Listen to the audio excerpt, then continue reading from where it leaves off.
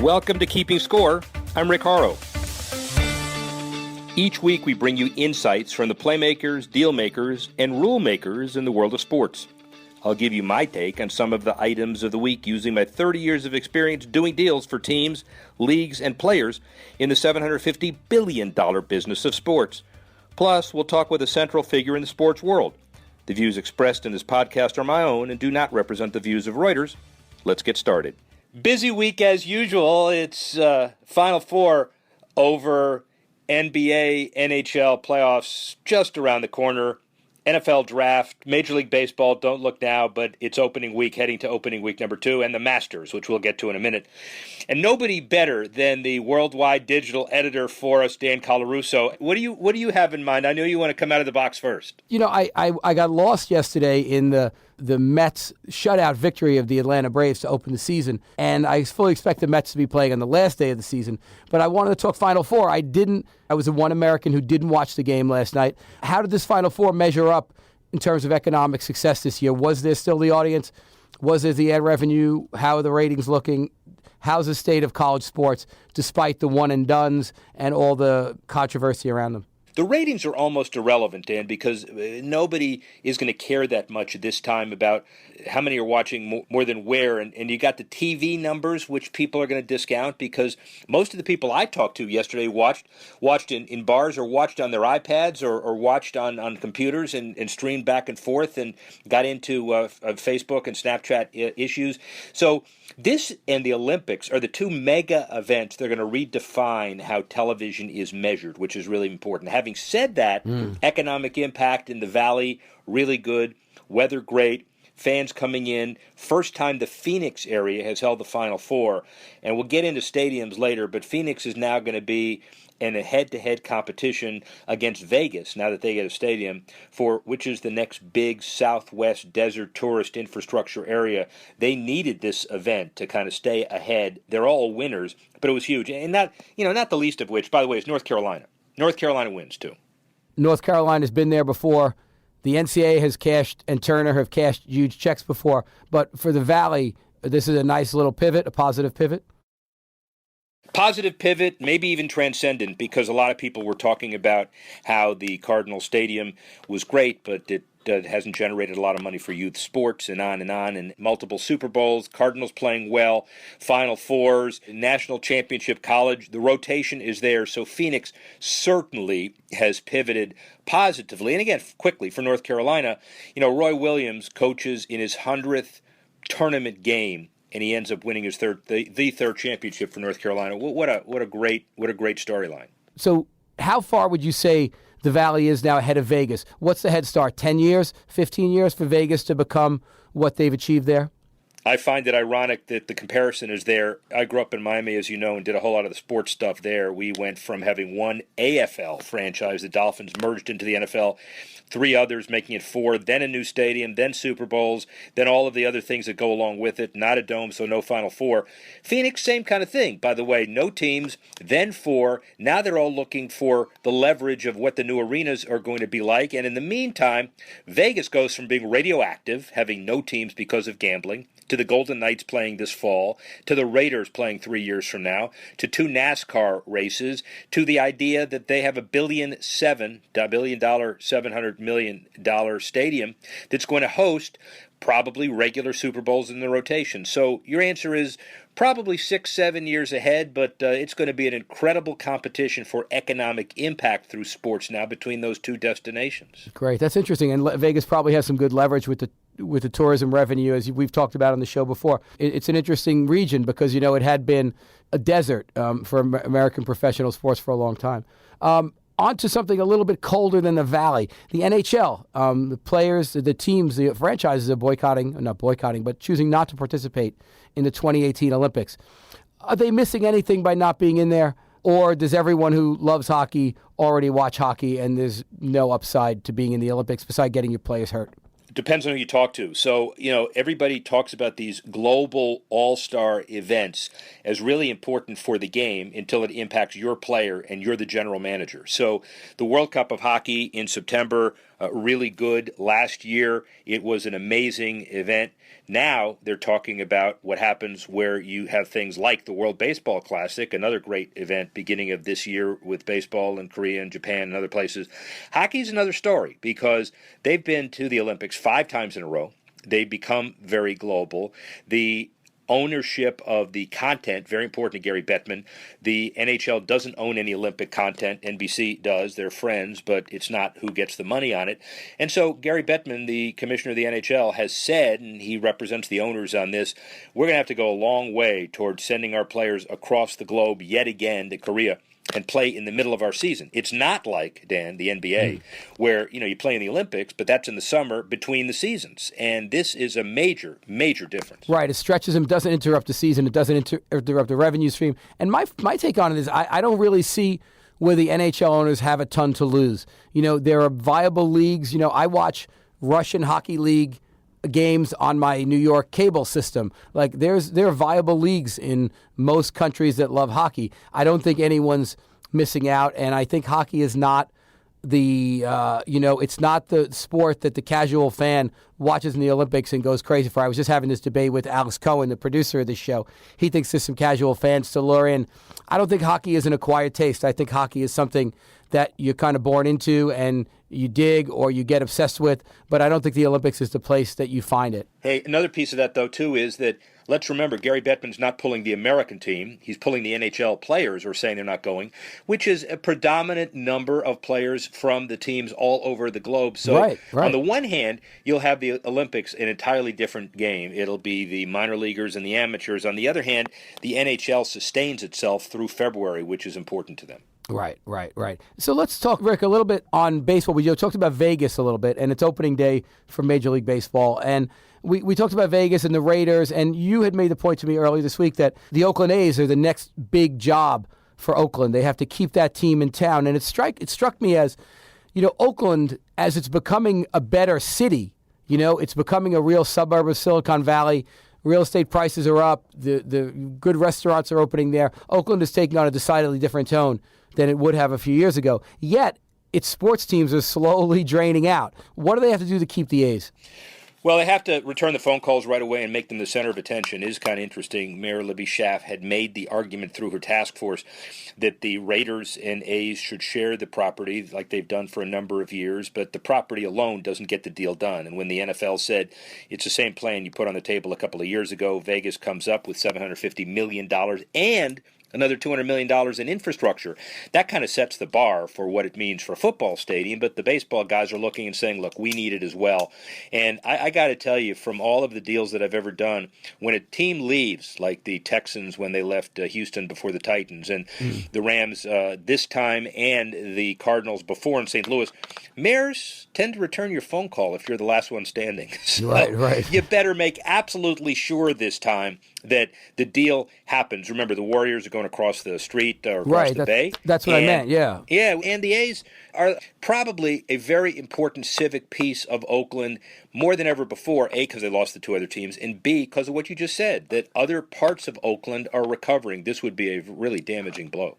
Yeah, it's like San Francisco is swallowing up the whole region as an identity, right? And that's Oakland's struggle at this point.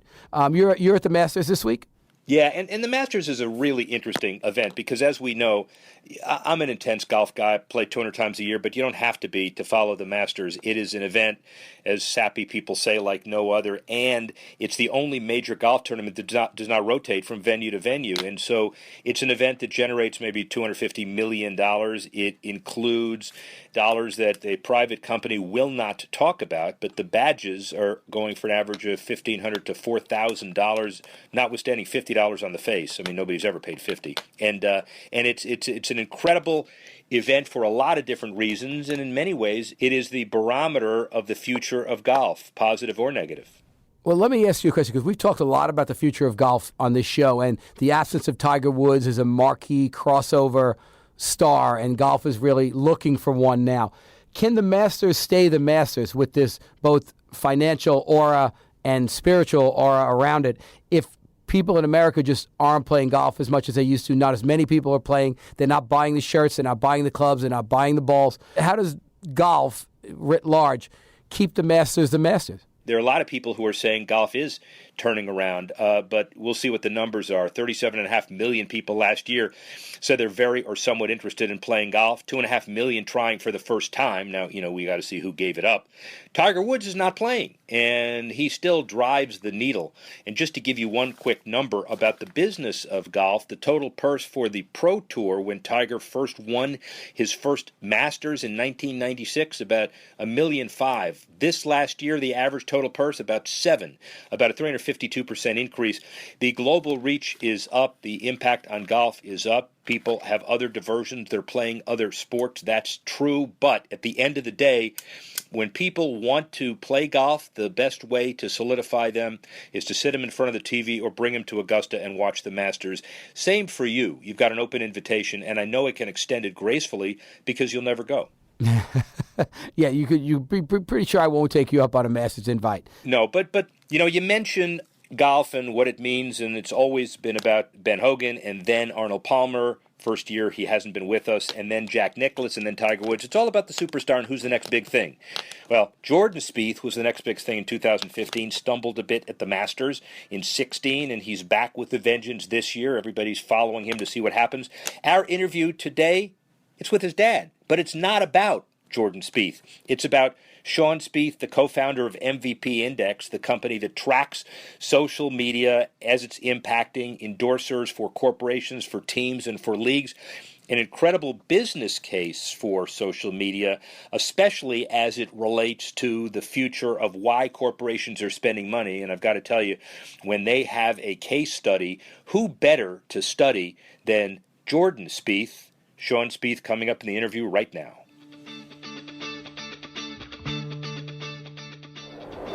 Founder of originally Stout, but MVP Analytics. You're here as a speaker and as a guest of the foremost analytics conference in the country, and you have invented a hell of a product. Why don't you tell people about it? Well, what we set out to do was find a way to become the currency for social media, sports, and entertainment. It's kind of that simple. So we go from traditional media and the measurement platforms there to digital, and social being the fastest growing piece and the most engaging piece of digital media. There wasn't an index, there wasn't a real good measurement standard, so that's our mission. And I know for a fact years ago you were looking to try to figure out what the niche was. And what do you do first? Do you develop the methodology and perfect it? Do you identify who the corporate clients are and sell it in, or is it a combination of both? Yeah, I think it's a combination of both for a couple of reasons. One, it's new. Right. So there wasn't a proven methodology. There are traditional measurement metrics, which is really the foundation, right? Impressions, CPM, CPCs. So those are the foundation of valuation. But how do you amplify social? What factors really make sense?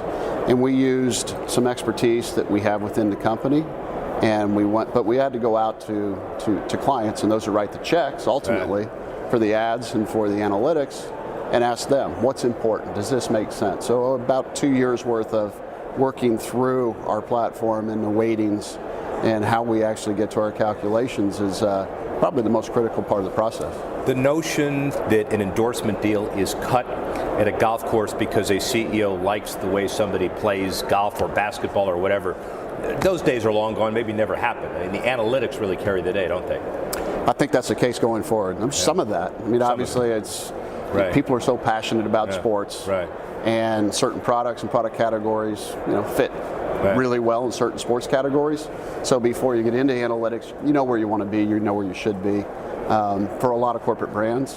But now to stay there, to grow your investment, you've got to have the data to support it. Whether it's a team in the NBA, or it's an individual athlete you're supporting, or you're getting into esports and you're trying to figure out where and when and in what capacity. What's so unique about the product? We're tracking everything. Every conversation around professional sports in the U.S. and Europe, and I say everything on the major social platforms. So we go back 8.5, 9 years now with data, so we can show what's trending, what conversations happened 8 years ago for a brand around their endorsements and their sponsorships relative to a certain league or team or set of athletes that they endorse. From a social media perspective. From a social media perspective specifically and only. So we're focused there. We can plug in and be complementary to other solutions that are very well known. Right. We can be part of a consultant's solution as an independent good housekeeping seal of approval, right. Third party validation. So I think that's what's unique is that we're looking at the whole landscape. Most analytics are done around a brand, a team, a league, or a specific asset. So background of Shawn Spieth, Dallas-based engineer? Dallas-based entrepreneur. Dallas-based entrepreneur. Right. Sales and marketing background. We've got engineers and data guys a lot smarter than me, thank goodness, running the platform. Well, but they're smarter in different areas. So the epiphany moment, which is really kind of a visionary perspective, you see the value of social media, and you obviously see how athletes move the needle, the ultimate irony given your son. But you decide that there is something special. When was the epiphany to say, look at social media, this is a happenstance kind of thing, it's arbitrary, we're going to enter the field and I'm going to do it? Yeah, the stars kind of aligned. Yeah. You know, I had a couple of kids as athletes, yeah. But one of them turned professional, and went out and talked to a lot of brands and a lot of agents and agencies, and asked, how do you value them and their relationships with their brand sponsors? Who should we be aligned with? Who should Jordan be aligned with? Yeah. Who should, up and coming actors, actresses, singers, football players be aligned with? And they were traditional measurement, traditional answers, and there really wasn't an awful lot of thought given to social alignment, right? Who do they engage with? Who engages with golf? Who engages with 19, 20, 21-year-olds that are from certain places? So you have the ability to sit around at Thanksgiving dinner and actually talk to Jordan about what works and what doesn't from a social media perspective. So it's the ultimate test case. Kind of interesting. It's fun, and at times, depending upon what happened a week or two prior, yeah, clearly. It may be something we choose not to talk about, right. so we can enjoy Thanksgiving. Right, I did. We're not supposed to. I stayed away from you after the Masters for a few weeks, by the way. Yeah, so, I stayed away from my son, too. Yeah, I'm pretty sure. So this is going also to a New England distribution audience. We don't need to know the numbers, but give us a kind of a generalization. Who's hot? We don't forget who's not. Who's hot in New England sports? It's obviously Brady and Under Armour, but Gronk's at the top of our index in football, not surprisingly, yeah. because of the way he engages with his audience. Right. So for the right products, the right markets, the right targets, he's as good as it gets. Tom Brady's a totally different personality, right. obviously. Fits other segments extremely well. The Celtics do some really cool fanatical things, as do a lot of the teams here. So it's interesting, but what we see is we're not just comparing NBA teams to NBA teams or football players to football players. We're looking across whatever horizon makes sense for that asset or for that group. Are the Red Sox going to miss Ortiz from a social media perspective? Absolutely. Yeah, he's got a several $1 million social media footprint. Right. And it was enormous last year. He's done a really nice job of keeping his engagement with his fans. Right, and hockey, are you a hockey fan?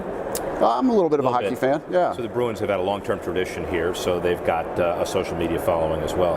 Absolutely, absolutely, and it's interesting. We do some work for some hockey teams, and to see how the local and regional engagement fits relative to the top brands in the sport and what works for them on a national level. Lots of really, really good opportunities with regional partnerships, and you wouldn't expect who some of the brands are. So we'll go look at quick serve restaurants, and the traditional companies that the teams are engaging and selling aren't the right fit socially. So there are some social only engagements, some social only endorsements now that are happening for teams, certainly for athletes and entertainers. It's been the case for a little longer than it is for teams and leagues. So you have bridged the gap and do entertainers now as well? We have. We've done it specifically for brand clients that wanted us to look at influencers in certain segments. Entertainment's large, huge, and it's fragmented. So we've wanted to become the de facto standard, become the currency in sports, and then with that brand, with that ability to go back to our clients and say, you've got YouTube influencers, you've got influencers in music, you've got influencers in all kinds of different genres. Our platform works. It doesn't matter what the asset is, the platform works. We'll apply it. Who needs this more? The corporation about to make an endorsement decision, the athlete who needs to respond better on social media, the teams who need to keep their athletes in check or promote them, or a combination? I think the brands, first and foremost. There are a lot of really good consultants that can help the individual athletes, and their agencies do a really nice job of helping them with their brand, their personal brand, their social activation. Same with the teams. It's a little smaller environment to operate in. Where we really add value is when we look at the entire ecosystem, and you can just pull things out that you can't see if you're looking at a region or you're looking at a specific sport. So, bottom line of MVP Index, and shameless plug, we've been partners on the Power 100 methodology, on course, on field, off course. The interesting thing that I found after doing that is that it's very little other research that can be delivered to people on who moves the needle and how they move the needle relative to on-field and off-field performance. You'd have thought it had been done earlier, but that's precisely why you're in the business. That's exactly why we're in the business. Yeah. 5-year plan. What does MVP look like 5 years from now? We have an opportunity to go from a B2B platform for the advertisers and the brands that are trying to maximize their endorsements to taking every influencer that's relevant or every segment that really wants to do the best job they can do and understand where they are and what they're worth. So it can be every youth soccer player, it could be every youth athlete, it could be every band member that wants to opt into our platform, get best practices, kind of pay for a premium service. That's the big opportunity. How long does it take Madison Avenue to get unlazy and catch up and really evaluate, for purposes of their own corporate clients, how to monetize based on social media, based on the internet, and get out of the whole rut of traditional advertising buys? Well, I think it's happening now. It is happening now. Sports, live sports is what people want to watch on TV. So you have a little bit of a paradigm shift that takes longer than a brand that's progressive and knows I can go sell 250,000 pair of shoes to this market because I've got this celebrity attached to it. And that micro-targeting is happening. Some very, very intelligent solutions. All we're trying to do is measure that and then compare it to every other type of activation that's going on and let the marketers know what works and, relatively speaking, what's valuable. It's an incredible context, too, because you're a brand guy and you are a do the right thing guy in that context. You've got an incredible daughter. You've got a son that's an amazing basketball player, but also academic All-American Brown. And you've got a golfer who's probably the best golfer on the planet, but he's also one of the best human beings on the planet. So your wife did a good job. I was just going to say, Rick, we need to thank my wife for all of that. Thank you, my friend. Thanks for listening to this edition of Keeping Score. I'm Rick Horrow. The producer of the show, Alex Cohen. Associate producer, Bethel Habte. Assistance provided by Tanner Simpkins and Carlos Waddick. And the executive editor of Reuters Digital, Dan Colarusso.